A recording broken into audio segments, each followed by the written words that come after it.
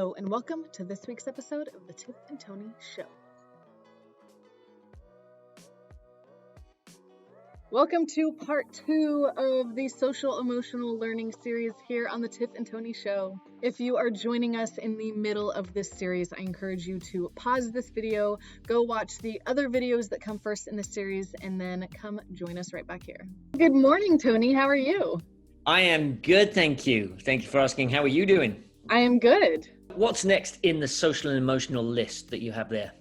Self-management. It's a little bit different than self-awareness, and it's being able to be aware of our emotions, be aware of our thoughts, being able to learn coping skills and how to self-regulate. Self-management is something that I feel like is one of the harder ones, especially for the younger kids to grasp and embrace even what it means.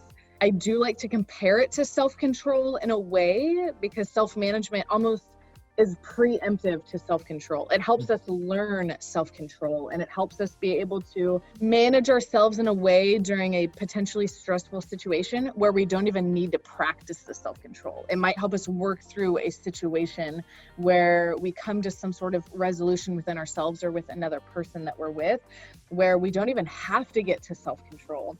And that's one of the beautiful things I love about it. As children, to be able to learn things like self-management is a very intentional thing that I know I didn't learn as a child, and I wish I had more experience as a child.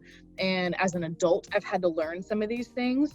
We can help these kids learn how to manage and cope with their own emotions and how to respond out of maybe some thoughts that they have that are less than positive or even positive. It's being able to embrace all of what's happening in our internal world. So it's kind of a step past self-awareness. So we have self-awareness, and then once we're self-aware of what's going on, then we can learn and grow into what it looks like to self-manage.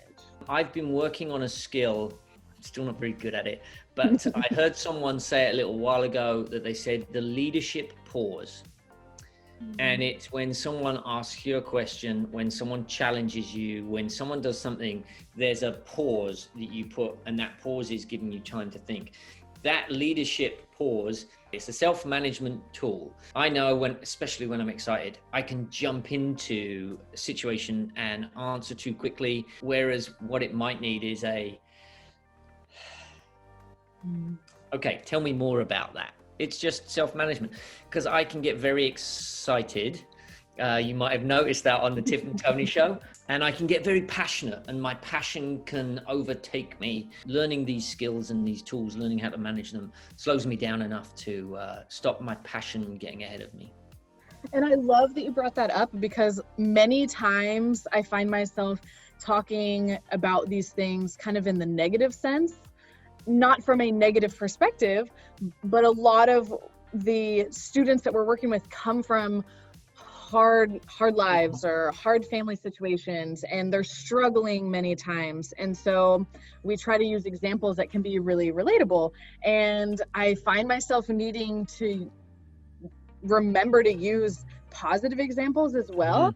And what you said is perfect for that, because your passion and excitement is not negative at all. It's an amazing personality trait, and you just have this so much life in you that you're constantly giving out to the people around you, and it's beautiful and it's fun and it's exciting and it's motivating and encouraging and all the things.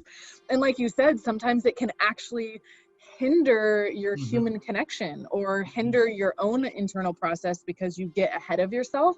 And so something that even is a good thing, we also need to learn how to manage it to appropriate levels and be able to check the temperature of the situation and know, okay, maybe I do need to actually dial back my excitement a little bit, depending on who I'm with or what the situation is.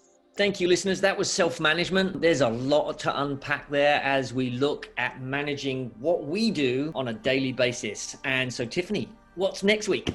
Yes, social awareness. We've talked for a couple weeks about some self things, and now we're going to start veering into the world of what is the world around us.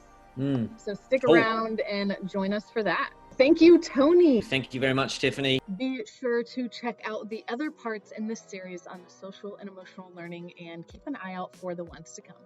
Thank you so much for joining Tony and me in this week's episode of the Tiff and Tony Show. If you like what we do here at Pure Game, one of the best ways you can support us is by liking and sharing this video with your friends on social media. You can also subscribe to our YouTube channel using the button directly below this video on YouTube, and you can donate at our website, www.thepuregame.org. And with that, we'll see you right back here in 2 weeks.